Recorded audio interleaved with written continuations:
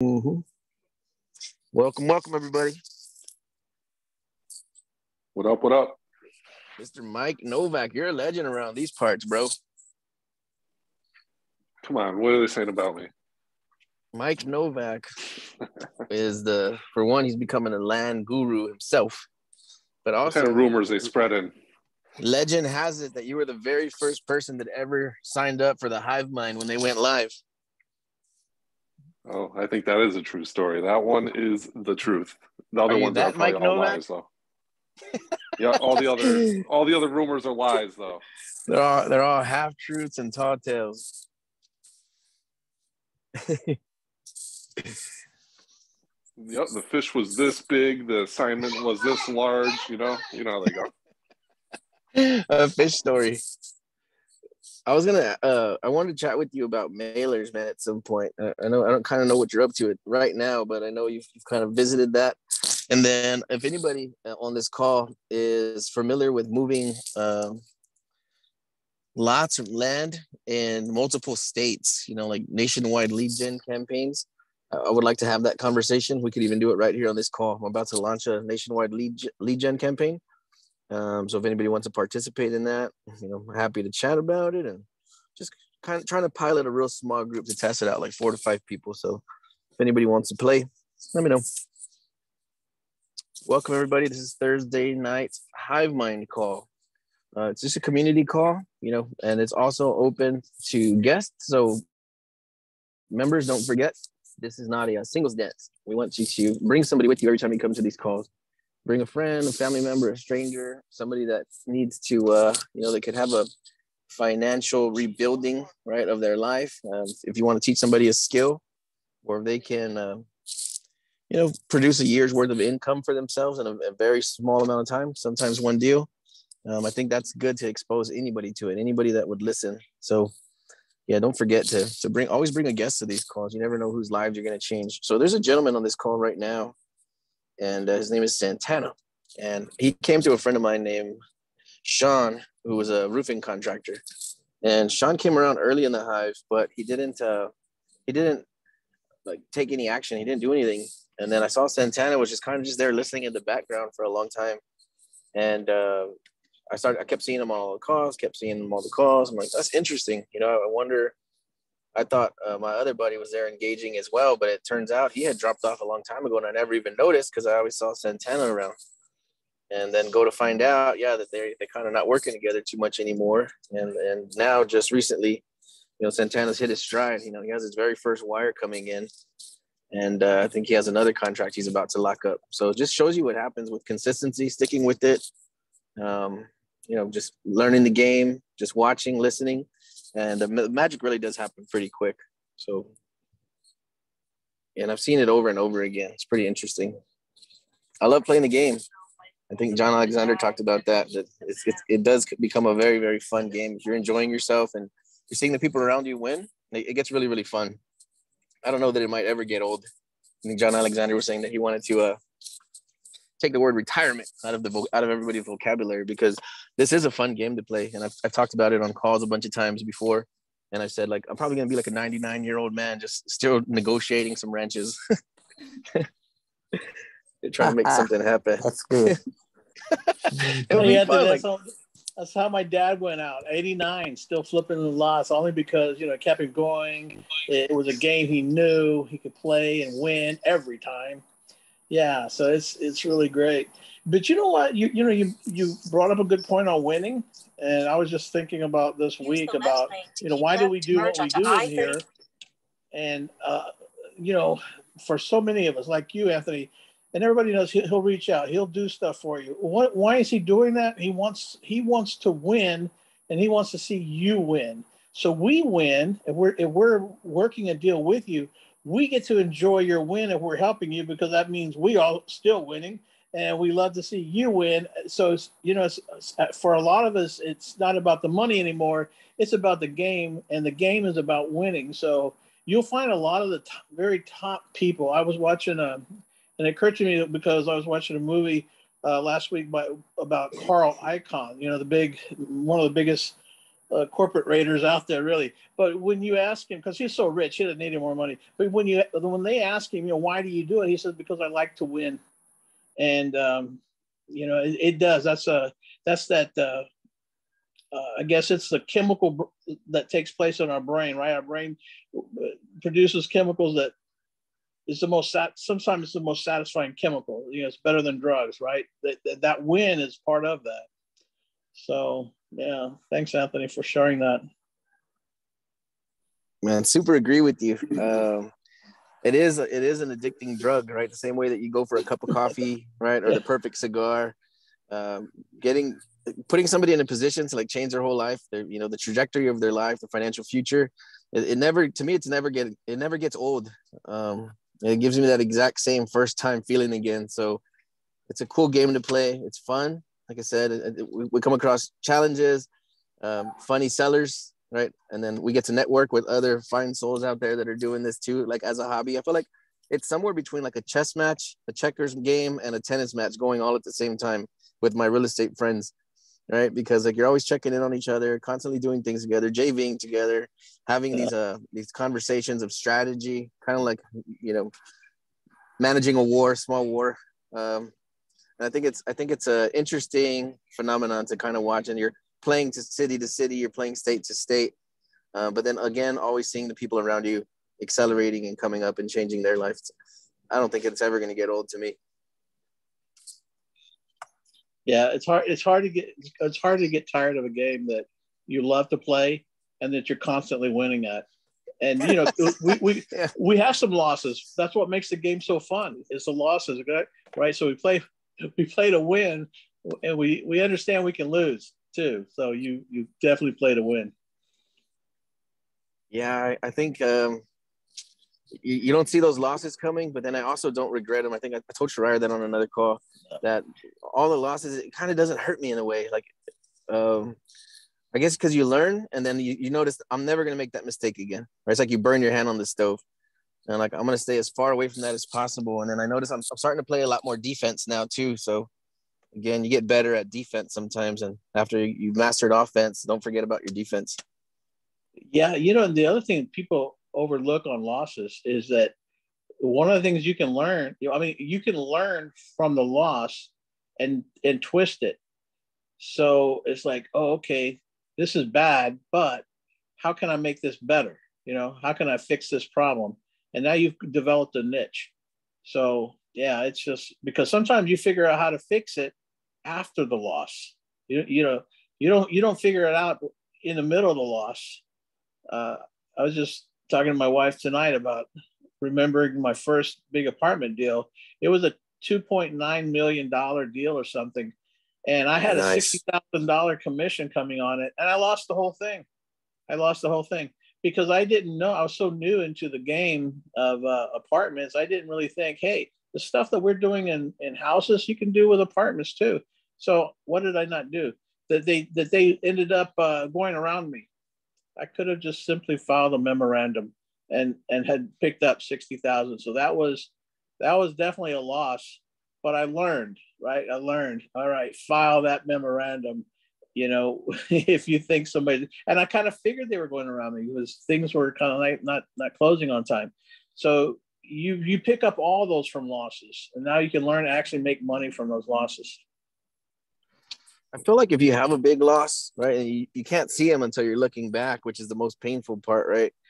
But I think that the more often you see that, like I said, the more well-rounded of an investor you become, and you learn not to repeat. Like don't let history repeat itself. Like I've seen this before. Right. I could let it slide. I could ease up, but you know what? I'm gonna go ahead and lock this thing in right this second because I've seen this movie before and I know how it ends, and I'm not gonna go through that again. Yeah, you definitely don't want to put your fingers back in the same fire again. Yeah, I think even people that are listening to these calls right now, if you haven't had too many L's in your career yet, I think that's why these ongoing conversations are so powerful. Is because like you can learn 10 or 20 years worth of failures or bad experiences in a short amount of time, so you don't have to even live through them. So maybe you never have to burn your hand on that fire by just hearing the experience of others. Absolutely. That's, if you can learn from somebody else, it's like you're getting there. Sometimes you're getting their entire lifetime of bad lessons, because you can sit down with somebody, or you can jump on a call like what we're doing, and you pick up all those little things, and it's like tapping into somebody's lifetime, that you're that much further ahead, and you don't have to experience all that pain and agony. It's like you went right to the front of the line. Somebody gave you a get out of jail free card, basically. And it is painful. It really is painful. Sometimes you get yourself into a situation. I remember one time I was driving to the title company and my heart was jumping out of my chest. I was like, man, I was having like anxiety because I didn't know if we were going to close or not. I was like, I don't know what to say. Like, we're waiting on some funds to get wired in. And I'm like down to the wire, man. And I remember I was having kind of like chest pains. I was like, hey, this can get pretty heavy, and then having taken those large L's and come to a deal and make ourselves a nice payday, it's because like I've paid hundreds of thousands, if not millions of dollars for my education. Like, so somebody asks like about you made a large amount of money in a small amount of time, but it's like this college was expensive, in both time and capital. Can I say something? Please jump in. Yeah, this is an open mastermind room. Yeah. I wanted to say that's what you all are giving, not just me, but all of us that are new to this form of learning real estate. I know for me it is, because when I didn't have Land Glide, so I went to Land Glide, and I'm learning things from that. And then I'll see things that you all might post or talk about. And then I said, okay, that's what that is. Just a simple map and stuff, but you're saying things that I'm learning that I never knew. So all of it's a game for me. Now I'm going to start the winning part. I have not found that perfect property yet, but you guys have given me some really great information. And there is no perfect property, Loretta. They all come with a whole host of problems. And that's why we make the money we make. That's why. Okay, good. Yeah. I'm glad to hear that. We want to see some problems on that property. Meg, you should see the one I'm doing right now. Oh my God. Oh my God. The more I got into it, the worse it got. But I went from offering the guy $50,000. Now we're down to he's going to walk away with $4,000. Wow. So those problems, they make you money. But if you don't see them, if you don't spot them ahead of time, you'll overpay for the property, right? So we're always looking for problems. I love to see the problems come. And it's like, man, then I went out there because it was a local property, and I'm doing a JV with one of you guys on. And I went out there, and this guy comes out there, like, get off my property. This is not your property. It's a road. It's a private road. It's not your road. I mean, that's the kind of thing sometimes you have to go through. I was like, okay, I'm out of here. And so, but I got everything I needed to know. That guy, that experience, what did I do? I went back and called the seller. Hey, you got a crazy guy next to you. Nobody's going to buy this property. I'm there. I don't even want to go back out there. Boom, down goes the price. So everything that's negative, you can turn positive if you think about it. You got to sit down and think about it. It took me an hour of driving to figure out exactly what I was going to say to the seller to get my price from 50,000 all the way down to 4, and it worked. Wow. Yeah, that's great. And by the way, when I sell that property right there, we're going to be able to get probably between 150 to 200,000 for that property. That's how expensive. Yeah. So it's crazy what you can do out there, but you got to go out there and look for them. Right. Yeah. I saw a piece of property today, but a realtor had it, and I just wanted to call anyway because it's practice for me, and so I called. Yep. I called and I said, I offered them a price, There you go. And that took guts, by the way. That took guts. I won't even do that. I offered them a price, and they said, well, no, the property in this area is worth that. And, I kind of got tongue tied, but I was feeling very confident offering them that price, and it made me feel good to be able to talk to them and offer them that price. It was like 18,000 in Atlanta, Georgia, just some land. It was just land. Yeah. And They wanted 18, and I told them I offered them 10. Good. And she said, oh, of course not. I'm not going to take it. She wouldn't take it, but I did. I offered her 10, Yeah. And that was just my beginning point. I really would have given her 15, but she wouldn't let me go any further. And I didn't know any more kind of like negotiation, how to negotiate it. Well, if you block out the idea that you're negotiating and just try to think about how do I get an offer in at this point, because now you can't even get an offer in because the real estate agent is they're being the defense, and they're not letting you go. So what you're calling negotiation is really just figure out, well, what do I do then? And you can ask them every time somebody blocks me. You can get blocked by a title company. They say, oh, we can't do that. Okay, well then how can we do it? See, that's your natural response. Okay, then what will work? Well, then what will make it work? How do I do it? And you put it back on them, so it's not on you, because that's what they did to you, right? When they said, no, I'm not going to take that. They threw the ball back over to your side. Well, you got to throw it back over there. And by the way, you and I are the same on that. I just had a conversation with a realtor this past week, and I have called the guy 3 times over the past 2 months because I have a buyer for a lot like this in this subdivision, and the buyer is actually next door to the property that the realtor has listed. This buyer has never wanted to even call the realtor. I sold them that property, so they just want to deal with me for some reason. I don't know. Anyway, they call me. So I've offered him 3 prices, starting down at 20, and now I'm up to my last offer was at 30, and he still hasn't called me back. But I'm not gonna let that stop me. I'm gonna call him back again because I've got a buyer who's willing to pay even more than that. I'm just trying to make my spread between the two. Right. So yeah, you just keep. Give them a couple of days, let them cool off, and then go back at them. And when they see that you're persistent, you have a shot at it, really.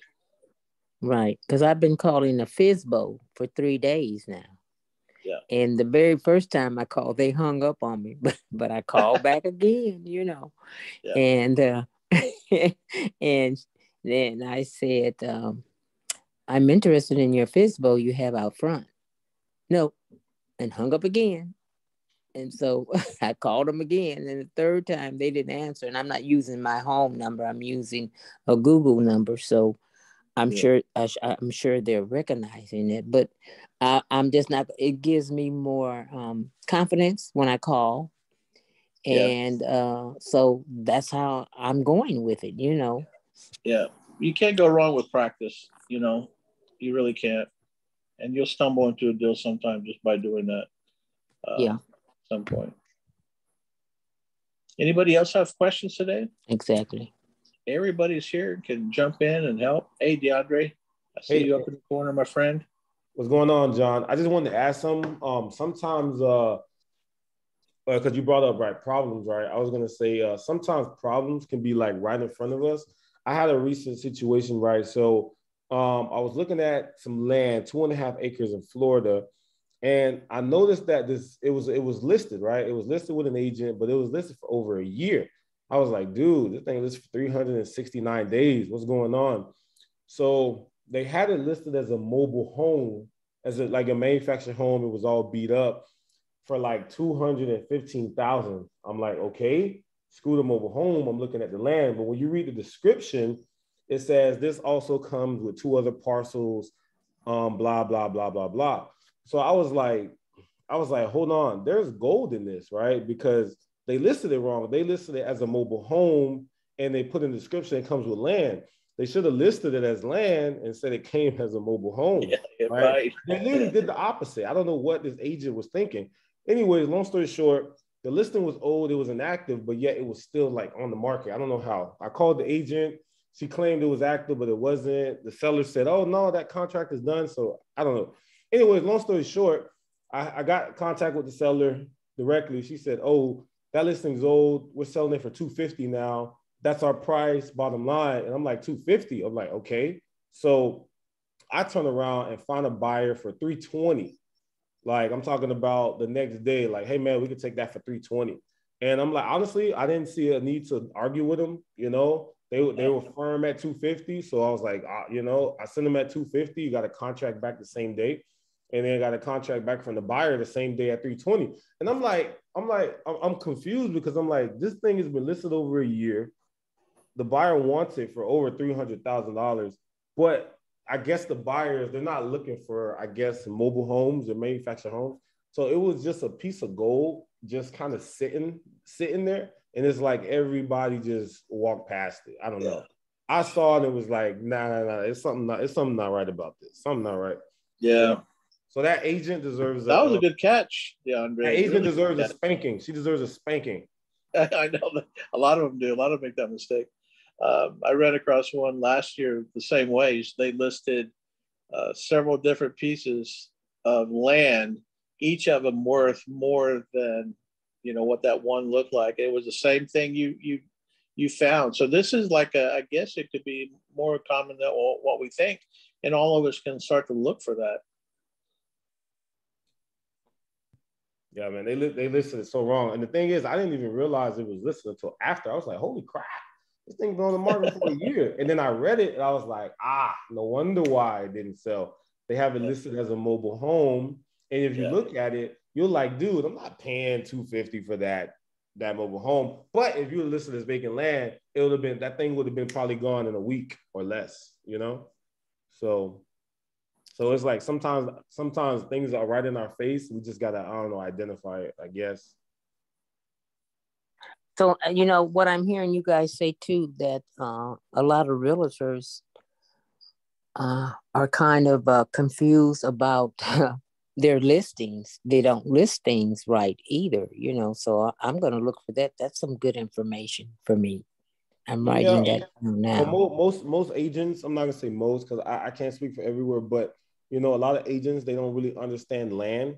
They only understand single families and, you know, things with structures on them. So when this agent did the listing with the seller, she didn't know. If I was the agent, you know, thank God I'm not, I don't know. If I was the agent and this seller would have came to me with this property, I'd have been like, ma'am, you have 2.5 acres, right? And you only have a mobile home on it. We're not listing this as a mobile home. We're listing it as 2.5 acres. You know what I'm saying? But the agent didn't see, I don't know if she valued the structure more than the land.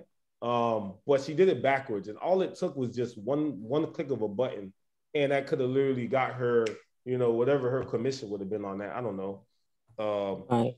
But, you know, but sometimes they don't really understand land as much.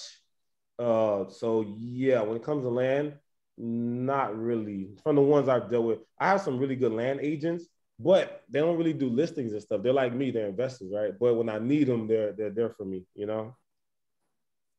Yeah, realtors are mainly they're trained even from the very basics that they're in the business to sell houses. So I say that land is as far from a real estate agent as selling a business is from a real estate agent. An agent can sell land; they can also sell a commercial building, but they shouldn't sell land and they shouldn't sell commercial buildings. They need to stick with what they're what they've been trained to until they get the additional training, because there's some really good land real estate agents, like you mentioned, DeAndre, that they just specialize in land. I've got one over here. He this guy just absolutely kills it. If he gets a piece, he's going to sell it at tip top price, and he knows everything there is to know about land. And yeah, he is a good resource because I can call him if I'm in a area that I'm not sure about. Well, but most agents are, you're right. They're all about houses, and it's really in their best interest not to go into land, because land doesn't pay a lot of commission. Most lots don't. You'll starve as an agent. It's hard enough making money selling houses. How are you going to make money selling land unless you're so good at it? You can rope them all in like these specialty guys do, and most of them go after large acreage, and that's how they make their money off of larger acreages. Huh. Very good. Hey, I had a conversation with a guy selling 6,000 acres outside of San Antonio. And so I made him an offer of $27.50 an acre. He's going to take it to the shareholders. Just curious, anybody want 6,300 acres of ranch? I'll take a look at that one, man. This is Anthony. Yeah, and San Antonio's my home base. So yeah, I'm that's all over Anthony's that. deal. Yeah. Let me have a look at that. Yeah, I've got another one in San Antonio. It's a couple, 2-3 acres, but a little. The road has to be extended. It's in an older neighborhood. The homes look like they're going for less than 200. They look like they're going to $150,000 range. But there's room for 10 or 11 lots in there to put in some new homes if somebody wants to put the road in. Just had that conversation today as well. And that's I think that's in San Antonio as well. Yeah, once you start getting into development and extending roads and all that, man, the improvements might cost more than the land, right? So you got to take a real close look at those, and you can weigh it out either way, because I've made tracks on easements work, but yeah, like I said, you don't want to be working on deals where you're pushing a boulder uphill. So yeah, let me take a look at that one, and I can give you all the good and the bad, and then I probably do have a buyer for it too. Oh yeah, super. I got some screenshots and some details that I can email over to you, no problem. Beautiful. What I like to see, I'll tell everybody on this call right now, whenever I'm looking at land, I like to make the quickest possible valuation that I can make. So if I had all of the bullets right in front of me and I didn't have to call and ask any questions, my main thing is I want to see what shape the land is in. Is it on an easement, or is it does it have county road frontage, like a paved asphalt road? And then the more paved asphalt road that you have on a property, touching the property, the better the property is. So if you have one that's like on a long, skinny easement that's only 60 feet wide, most municipalities won't let you put in a utility easement if the road's not at least 60 foot wide for inbound, outbound traffic and utilities. So 60-foot easement's the minimum, but if that's all the tract has, I've had people send me stuff like, I got some land by Austin and it's 200 acres, but it's down an easement. Like, for sure, somebody's going to buy that someday that really, really wants to develop it. But then again, like I said, it kind of just makes the property strange, right? Because you lose a lot of your development potential. Your road frontage is everything on a large land tract. So yeah, when you send something over, you want to send like a shot of like Land Glide or a map writer, anything that shows the outline of the property so you can see how it's oriented on the road, where it is. I like to see a zoomed out pin drop, right? So if it's like in San Antonio, like where is it by? Where's that pin drop? Like what's the closest little town name?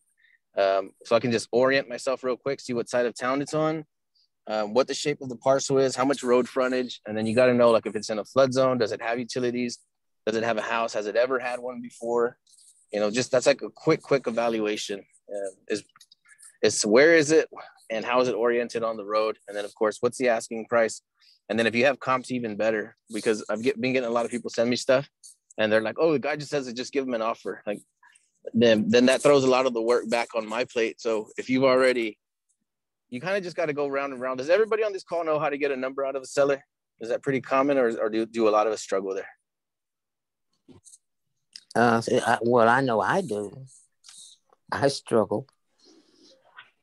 So what I do is when a seller is throwing a price at me, I just tell them, you know what, I can throw it out there and see what it's worth. I mean, it's worth what somebody's willing to pay.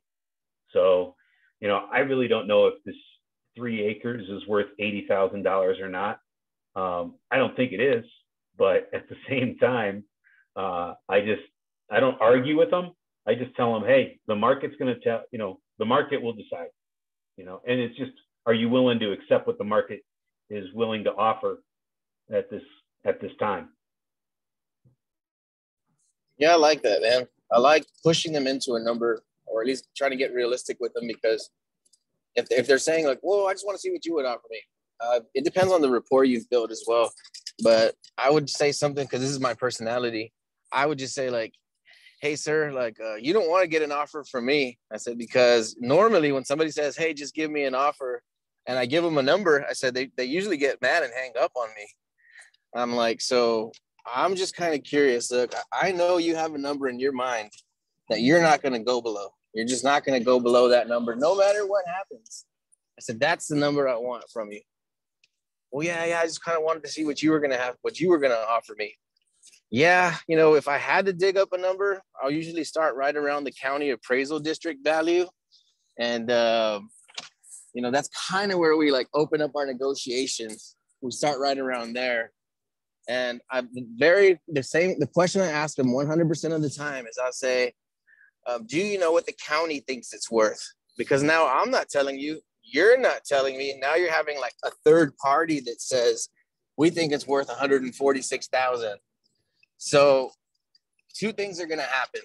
The seller's going to say, hey, oh man, but I know it's worth way more than that because my neighbor, right? And they're going to start to justify why theirs is so much more expensive than what the county has it listed at. And then you can kind of, you know, start there. At least you have like an anchoring that you didn't create. The county created it. And then the other thing that they would do is they'll say, well, you know, the county says it's worth 43. And if they're proud of that number, then I'll ask them, like, is that really what you're looking for? Right? Is that the number you need? Like, do you need to sell it at full county value? And they're like, yeah, I'd sell it for that. And I'm like, okay, all right. Let me do a little bit of homework and I'll call you back. And that's it. I mean, usually you'll take a look, and in most areas, at least in Texas, it always sells for more than what the county has it listed at. So you've already created a spread. They're happy with the number they're getting without you having to chew them down. There's a bunch of cool stuff that happens there, but I'm going to pretty much keep talking a seller in circles until he gives me a number. I'm just going to keep repeating myself, bringing up different scenarios, you know, anything and everything to get that guy to give me a number. Because if you come to somebody like a buyer, anybody, and say, hey, I think I have a good lead, but I can't get a number out of the guy, that doesn't really help us at all. Yeah, we just got so much stuff that we're working on and looking at. It's like, at least get your person there, you know, get your person there, get them realistic so that they know that we're investors. Another thing that I say to every single seller is I'm just looking for a property where there's a little bit of room for me. And I'm from Texas, so I'm like, look, we ain't trying to skin nobody, but I'm just looking for properties where there's a little bit of room for me. And then I ask them, do you feel like there's any room for me in this deal? Yes or no? I just ask them like that, straight up. And all they can say is, nope, I'm going to sell it on the market and I'm going to get $8 million. I'm like, okay, well, you know, if that doesn't work out, you have my cash offer and it doesn't expire, right? So just call me whenever you're ready if you want to take another look at this. And that's it. I mean, they're going to give me a number before I hang up. That's cool. Hey, Anthony, can I get your email address? Yes, sir. Yep. It's A and then my last name, GAONA 81@gmail.com. Got it. I'll send you this over. It's southwest in the Pearsall. Yep, Pearsall. Yep. Mm-hmm. Pearsall 410 Pearsall. annexation. It's in that area there. Yeah, I'm familiar, man. Send it over, and I can tell you within a few minutes, like where the deal falls, like on the spectrum from wholesale deal to retail to, you know, priced well into like the top end of retail. I'm kind of familiar with all areas in San Antonio. All right, cool. Thank you. Heck yeah, brother. Happy to help and look at that. And for anybody on this call, if you're not as comfortable jumping on a call with somebody that has several thousand acres, I'll take that call for you. I don't know if y'all know that or not, but if you can get me in front of that opportunity, I'd love to take that call and try to work something out so we can all win on those types of deals. I'm definitely calling you. So when I get to San Antonio, that's what I'm looking for. Yeah. So you can take the call and I can learn. Grab anything, market to everything so you can get you some deals. Yeah, but if you get something that's outside of your comfort zone, you just tap the man on the or woman on the shoulder, the person that's, you know, came before you, who's been doing it a little bit longer. And people in the Hive Mind will help you. I don't care what anybody says. People in the Hive Mind will help you. Even if you're not in, you know, you just grab somebody and say, hey, I think I have an opportunity here. I've done the work. I got in front of the sellers. They want to hear an offer. They know we're investors. They said that they know we're gonna make a fair offer and they know we're gonna make profit. You know, don't be afraid to ask those questions.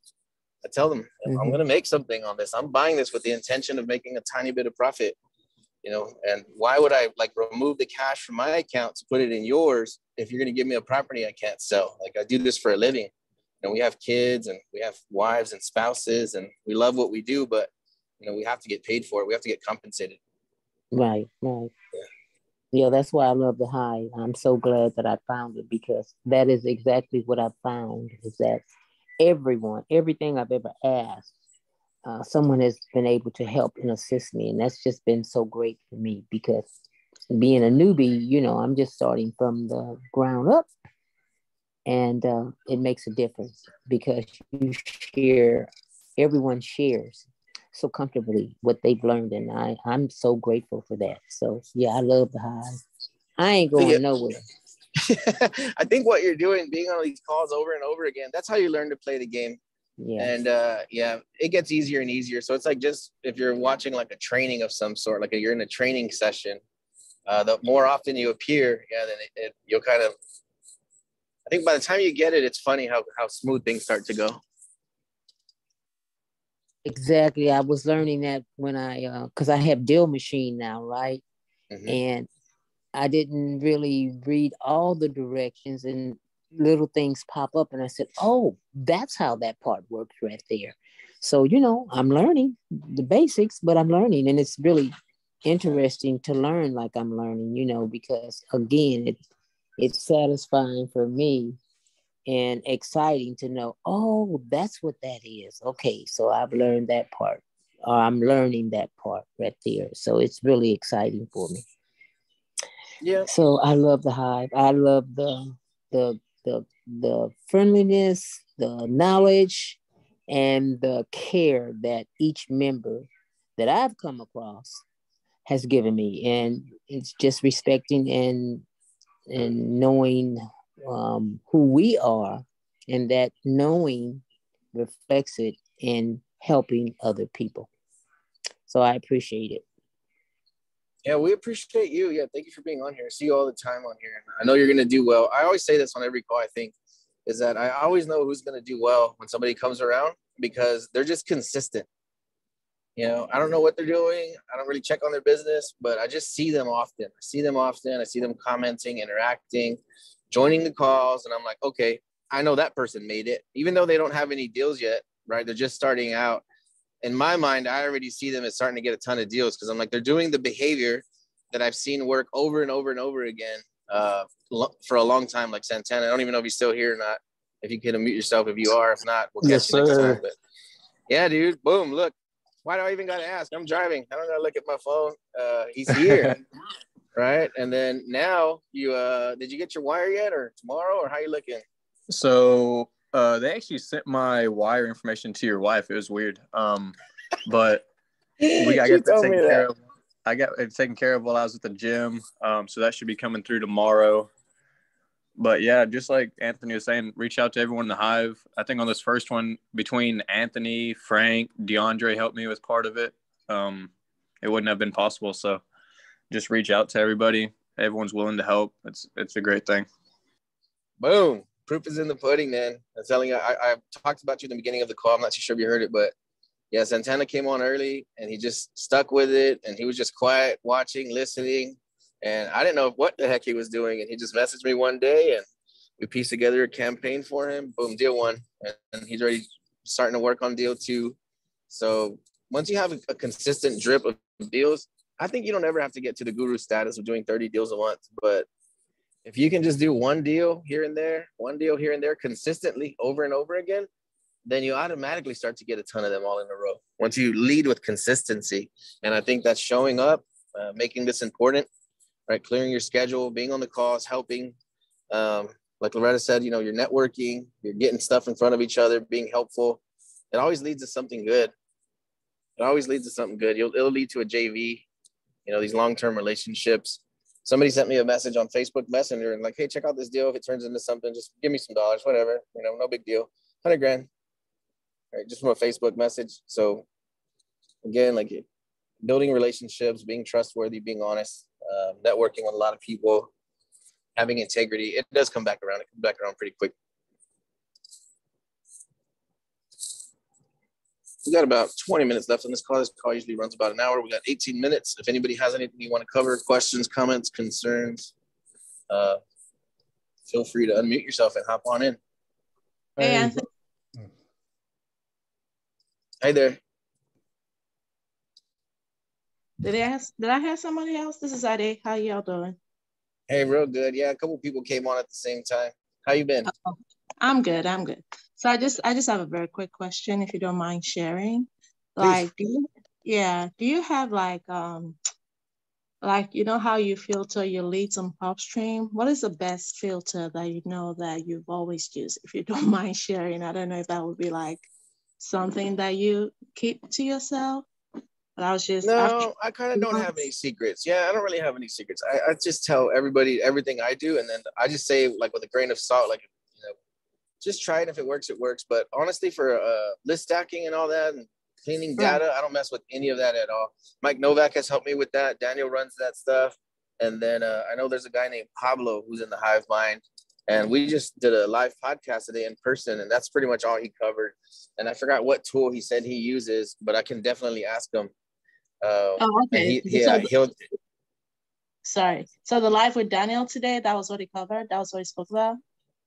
No, this was Oh, with a gentleman named Pablo. It's not public yet. We just recorded it today, but gotcha.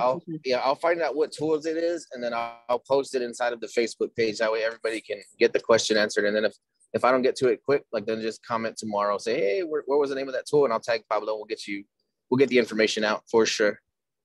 Oh, okay. Okay. So it's a separate tool platform Popstream? Yeah, it's like one of those. It's one of the, the ones that you hear a lot of people talking about. I just can't think of the name of it right this second. But he's happy to share it. He's actually going to start teaching. We're doing what we're calling a Hive University. So Hive University is a specific teacher, a high-level teacher that's going to teach in depth about one specific topic, right? So whatever teacher elects to be the sub-2 guy, or we select for sub-2, then that's going to be the only sub-2 teacher we're ever going to have,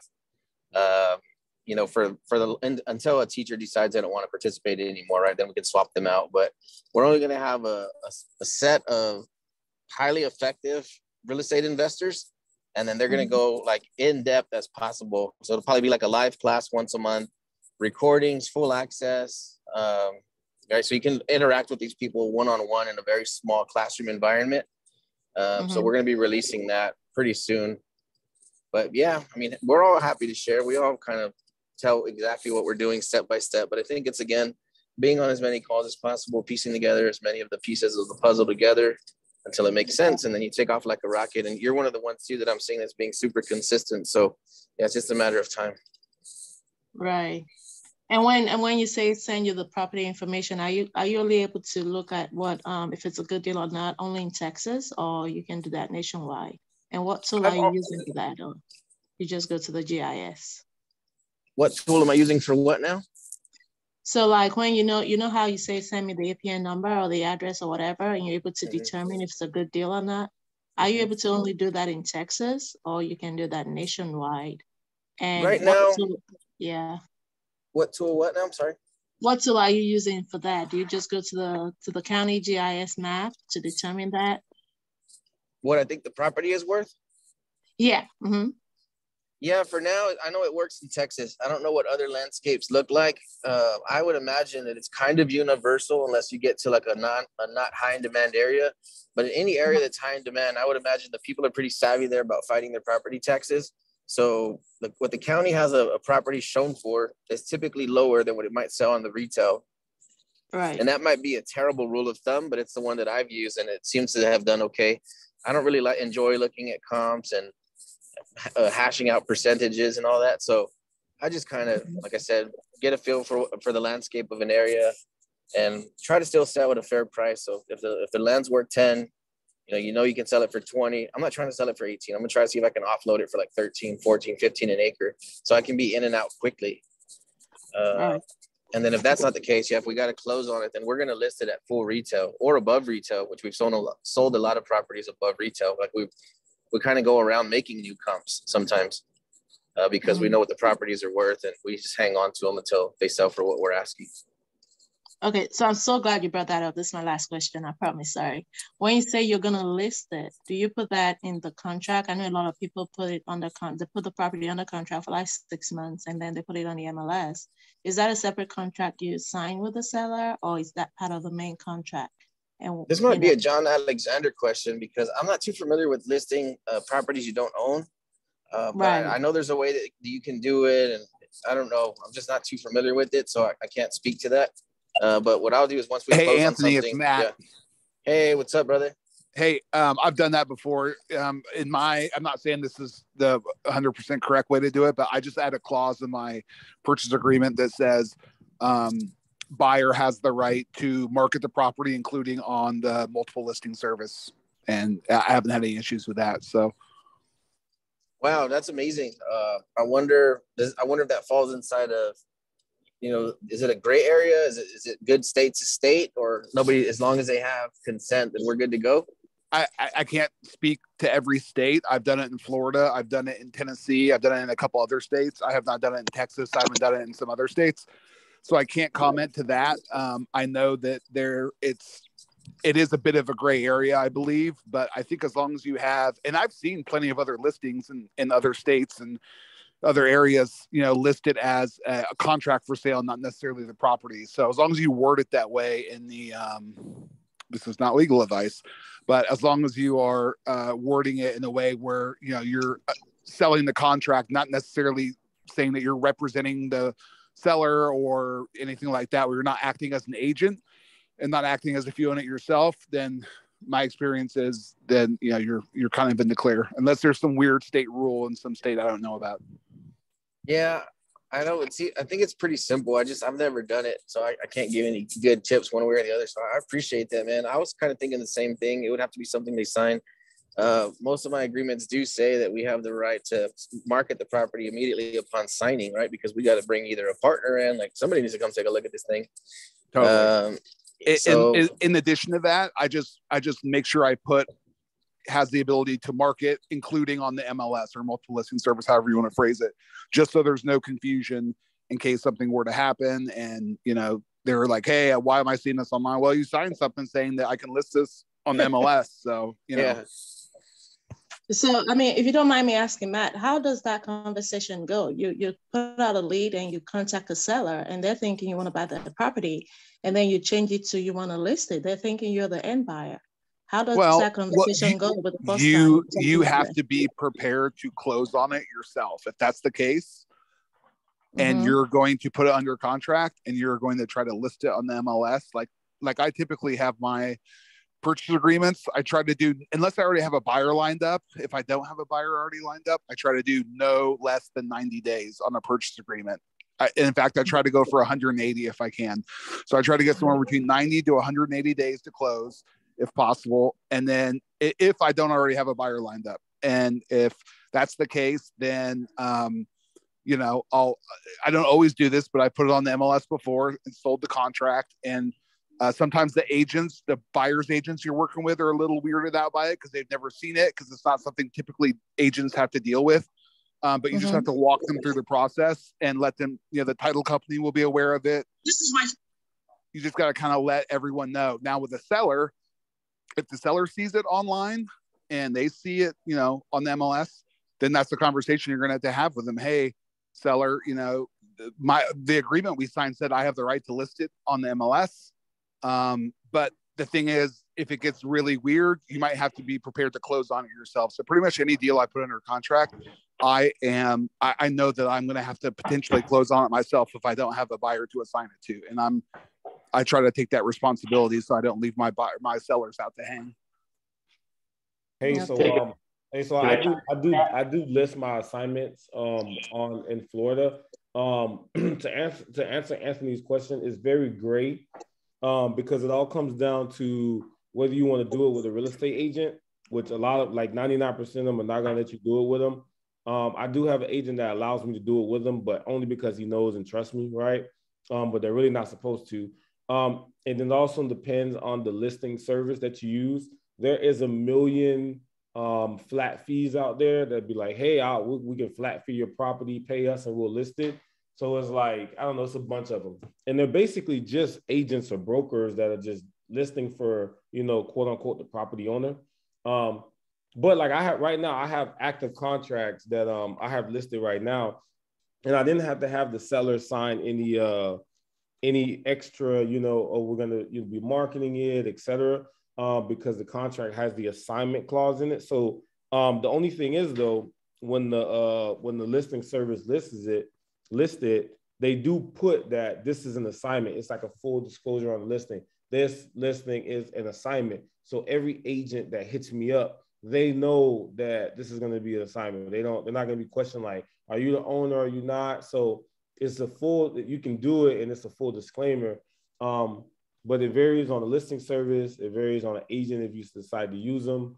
And I guess it varies on the contract because it varies state to state. But it's very, very gray area, super gray. And even if the seller says that you're listing it for higher than what you have it on the contract for? Well, so this is what I do to avoid that. Most sellers are not real estate agents. They're not, they don't have a license or they don't really, you know. So I just tell them, hey, I don't want this property on Zillow or realtor.com. No public sites. I just want it on the MLS only. Oh, okay. So if it's on the MLS, yeah, there's properties listed on the MLS, right? That's not on Zillow, realtor.com, and only agents have access to.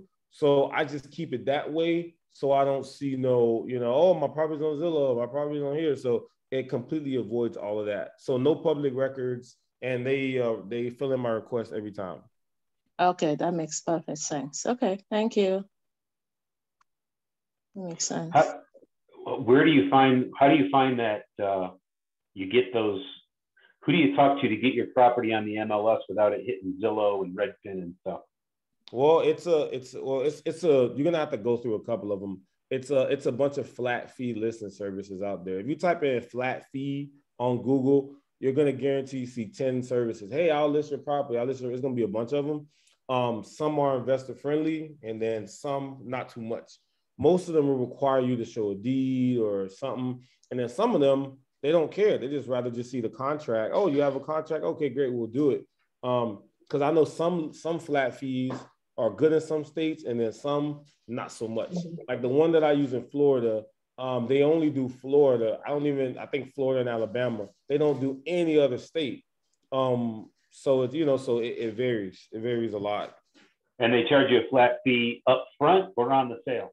Yeah, up front. I paid them $145. Give it to them. They list it, and then yeah. Yep. Cool. That's cheap. Just throw something in on top of all that. Look possibly for EXP realtors in your area. They're very, very investor friendly, and contact some of them and ask if they will post for a flat fee. A lot of times they will, and like DeAndre said, there anywhere from $100 to $500. And if you continue to bring to them, they'll continue to work with you and move a lot of stuff. But EXP realtors is the brokerage. EXP. A lot of EXP. EXP, like the old Ford EXP. They're very investor friendly. That's who I'm going to hang my license with here, just because and so forth. But it's not like your typical, Keller Williams or Caldwell or anything like that has regulations against it. Right. So if I could tell you real quick how my conversation went with my seller, I just said when I contact the seller, I said, I'm interested in your property. I want some information about your property. And then, as we build a little bit of rapport and I'm getting the information that I need and it sounds like a deal that I want to pursue, I say, well, let me talk to my partner about it and see if he wants to go in on this. Do you mind if he buys it? Boom. No, I don't care if you buy it or if your partner buys it. Oh, okay, great. And if my partner isn't interested, I have some other investors that I work with. Do you mind if I bring them to the table if they buy it? No, I don't care if they buy it. All right, super. Well, now listen, if you see your property listed on Facebook or something, I'm just trying to generate some buzz and drive the price up. So is that okay with you? Yeah, fine. No, not a problem. You bring me 25 grand. That's all I care about. Okay, super. And so that's how, you don't start off with, hey, I'm a realtor, I want to list your property, or I'm a wholesaler. I went there too quick with my last one. and he called me a hustler and got mad at me and didn't want to hear. He said, "I don't want you on my property, and I don't want you taking people on my property." And the place was a joke. I mean, the place was a rundown, beat up. There it is. He didn't want me taking anybody to check this thing out. Like, are you serious, dude? Okay, fine, man. You know, I thought I could make 10 grand on this piece of property. It was a scrape off. And anyway, but he called me a hustler and didn't want me calling him back. So what are you gonna do? Yeah, win some, you lose some. Hey Bob, if I was him, I would be like, "Hey man, can you get 50 people here? Like, yeah, you guys can bust through the window if y'all need to, man. Honestly, if I was him." Yeah, look at that thing. That's funny. I know it's a mess, isn't it? Something. Wow. Yeah, and he That's wanted amazing. to go with a realtor. He just said, "I'm going to have a realtor list it," and I said, "Oh, give me a chance," you know. And no, I couldn't even make him a cash offer. He didn't want. He's an older guy. He doesn't understand. You know, I don't know if he's, you know, he was getting input from his, you know, family members or what. But when he heard wholesale, oh, you know, that's it. He didn't want to do it. Mm-hmm. Oh well. That's exactly. Thank you for the visual. I like that. That's ugly. Wow. Thanks, Bob. Sure.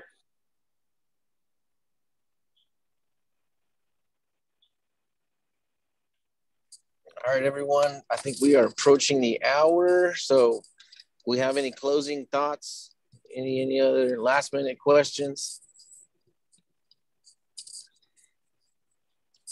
We really appreciate everybody being on here because it does mean a lot to me, right? I know everybody's here to learn and try to make some money, but I think it's special that people come here and they invest their time with us and share their ideas and bring their questions. And like, if people care enough about it to be here, it does mean a lot. So we want to make sure that you get the value too, right? So that's why we try to do whatever we can, bring a bunch of different people on. We don't have any secrets. Somebody asked me earlier if I have some top secret stuff. I don't have any top secret anything because I would love to do a JV deal with you, right? So if I can make you as good as possible in a very short amount of time for next to nothing, then yeah, people have brought me deals, right? 100 acres and 50 acres, or they just bring you a free house. You're like, oh man, I already sold this thing before I even pulled up. Like, I already made 10 grand when I parked.